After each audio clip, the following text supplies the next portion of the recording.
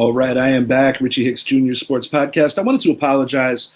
My air conditioner man is here a day early, which I'm definitely appreciate. During our most recent storm, we actually needed to replace a compressor, and with a little boy who has pneumonia in addition to strep throat, we can only do so much with the two window units in the air conditioning realm. But thankful that they are here now. But I did have to stop the show. Knocked on my windows. I got a little scared for a second, but I am back. I was in the middle of talking about the legacy of Pete Rose. If you want to see the beginning of this video, it is already up on YouTube. It's 11 minutes long. I was starting on the legacy of Dikembe Mutombo, which I completed. And then it's going to be all about the Major League Playoffs. So just bear with me. I am just setting this up because it's unexpected that I had to stop. So sorry about that.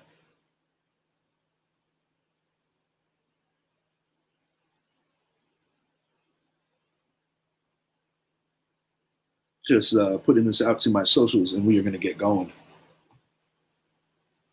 All right, I was in mid-sentence speaking about the big red machine and the legend that was Pete Rose.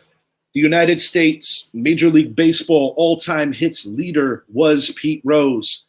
Phenomenal, phenomenal player, all-time singles leader, three-time world champion, one of the three best players on the big red machine alongside the legendary Johnny Bench and the legendary Joe Morgan.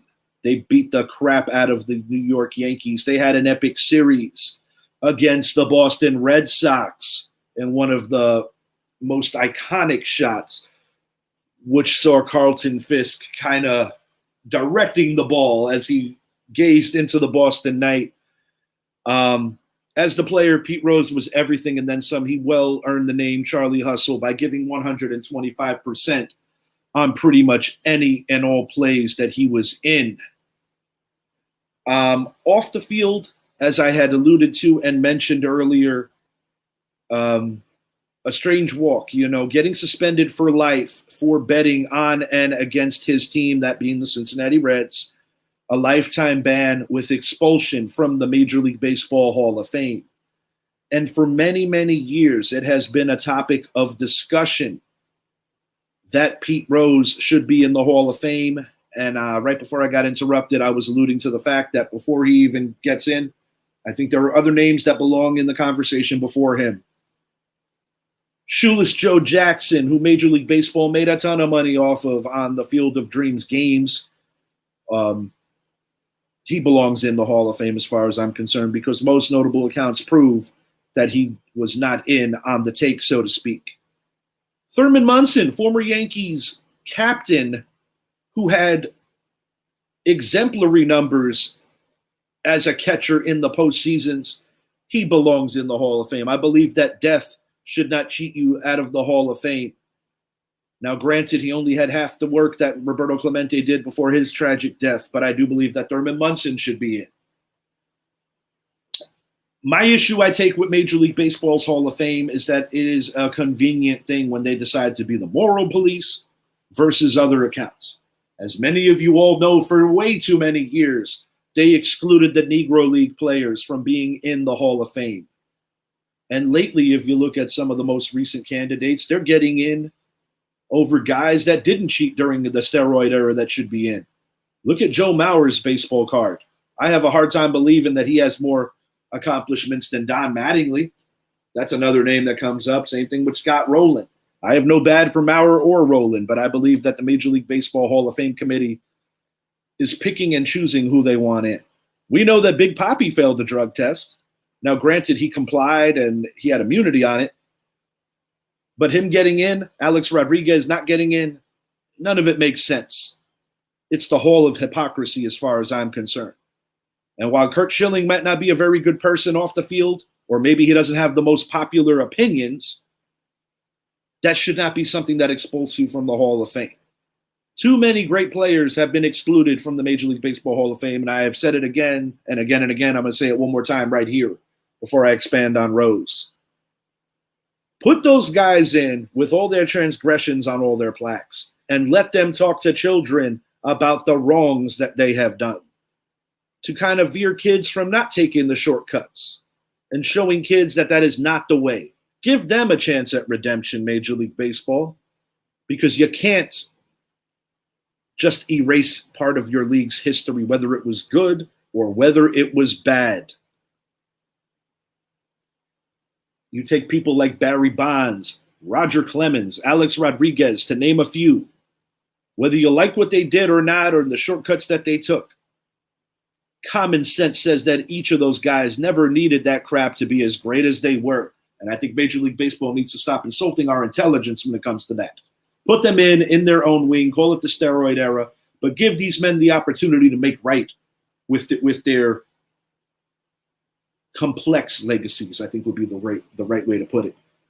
And speaking of complex legacies, Pete Rose kind of dismissed something that happened. He did have an inappropriate affair with a 16-year-old girl over 5 decades ago. He was 32, 33 at the time. The girl was 16, he said, or under 16, something in that area. I know that different states and different eras were different, but according to the law, she was not of age at the time. So from a moral standpoint, Pete Rose has always been a bit of a wild card. Ultimately, I think it's as complicated as it ever has been. A phenomenal baseball player with many a demon on and off the field. And Pete Rose is just another person that has been looped into the many hypocrisies of the Major League Baseball Hall of Fame in terms of who we let in and who we don't let in. As I already stated, it is the hall of hypocrisy as far as I'm concerned. And speaking of hypocrisy, before I move it along, one last thing. First time ever podcasting with the sports stuff. Jordan Patrick Show. Me, myself, Elliot Evans, and Jordan Patrick. Our very first segment ever was about cheating and what's a slap on the wrist worthy and what's bad and what's different and da-da-da. It was AJ Hinch, it was Pete Rose, and it was Bill Belichick. Check it out on Spotify. The very first episode we ever did of Jordan Patrick Show.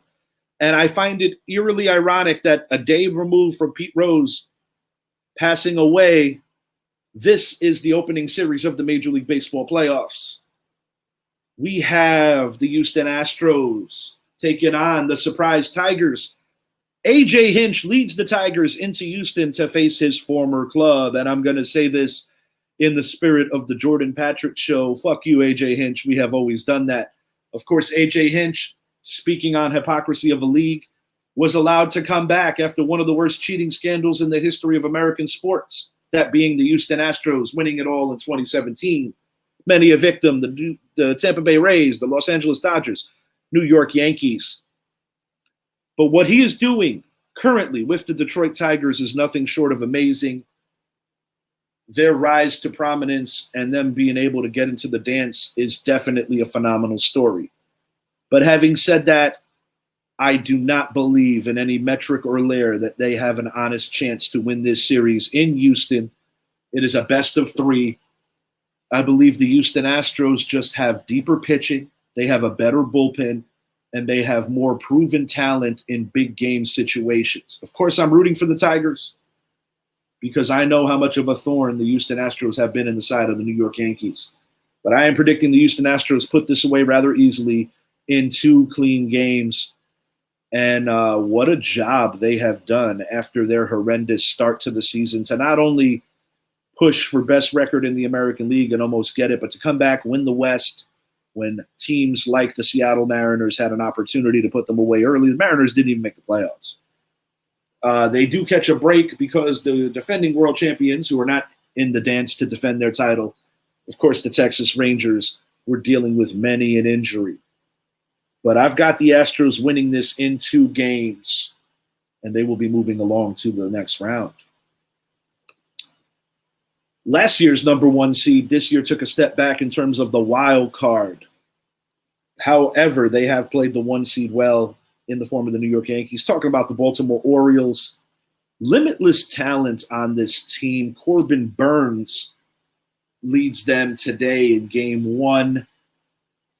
They finally rectified their closing situation by DFAing Craig Kimbrell towards the end of the year to clean up their 9th inning blunders. Them and the Yankees both have issues closing games. Both of them moved on to new closers, and the results have been better. The Kansas City Royals have been quite a surprise. We know that they were talented, but their ascension as quick as it has happened is very exciting. Bobby Witt Jr., were it not for the year that Aaron Judge is having, is definitely your MVP. I believe he will finish second, and I think Juan Soto will finish third. It's great to see Salvador Perez, a guy who has put in work and put in his time in the battles in MLB, having yet another opportunity to play for another World Series, another contending team. I think the Royals are a very dangerous opponent for the Baltimore Orioles. I think this series is going to go the 3 games, but I like the Baltimore Orioles to sneak it out in 3 hard-fought games. The way these series work is the home team gets all 3 games in their venue, and then the winner moves on to the divisional round before the ALCS and NLCSs, respectively. For the Orioles to get beat, it's going to take the Kansas City Royals to really perform pitching-wise. And that's part of the reason why I don't think past Seth Lugo, who is, in my opinion, your American League Cy Young Award winner this year, I don't think they have enough. But I will not discount the ability of the Royals to apply pressure on other team staffs because they love to run the bases. They love to apply pressure, and they can play small ball and also beat you in a big way offensively. If in the event this series turns into a bit of a mash-a-thon where you're getting some high scores, I do think that it ups the Royals' chances of getting it done. But it's hard for me to go against Corbin Burns in Game 1, and Game 1 is so vital because you only have to win one more. And when you're at home for all of it, it makes it difficult.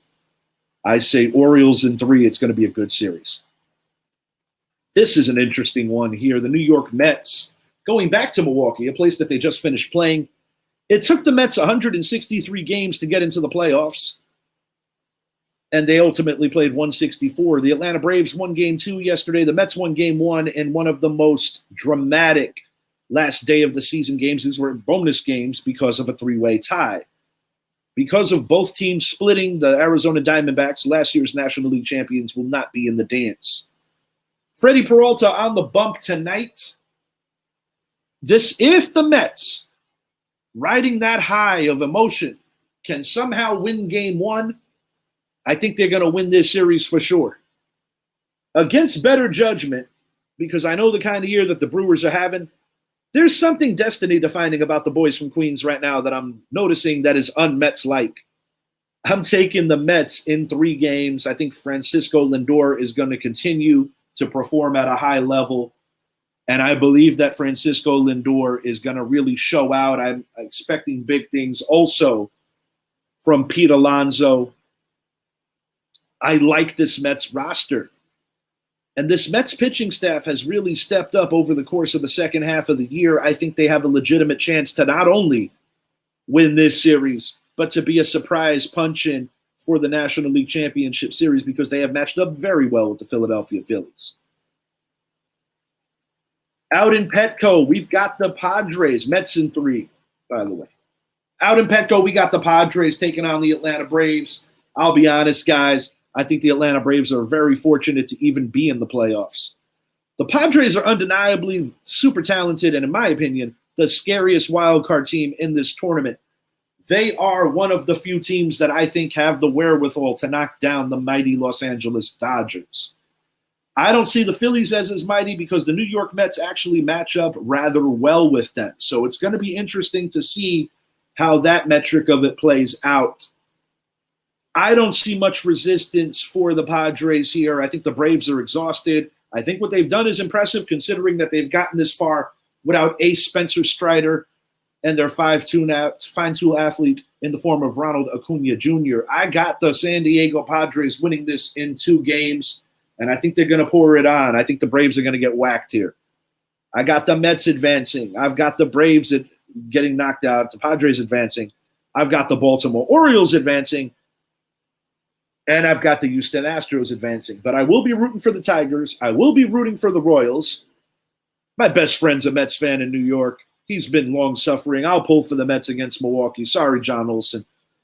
And I would like to see the Padres beat the Braves because I think the Padres have a chance of knocking out the Dodgers. I will post my complete playoff predictions in just a few on IG to see how well I did, and my followers can hold me up to it, get at me if I'm all over the place and all kinds of wrong.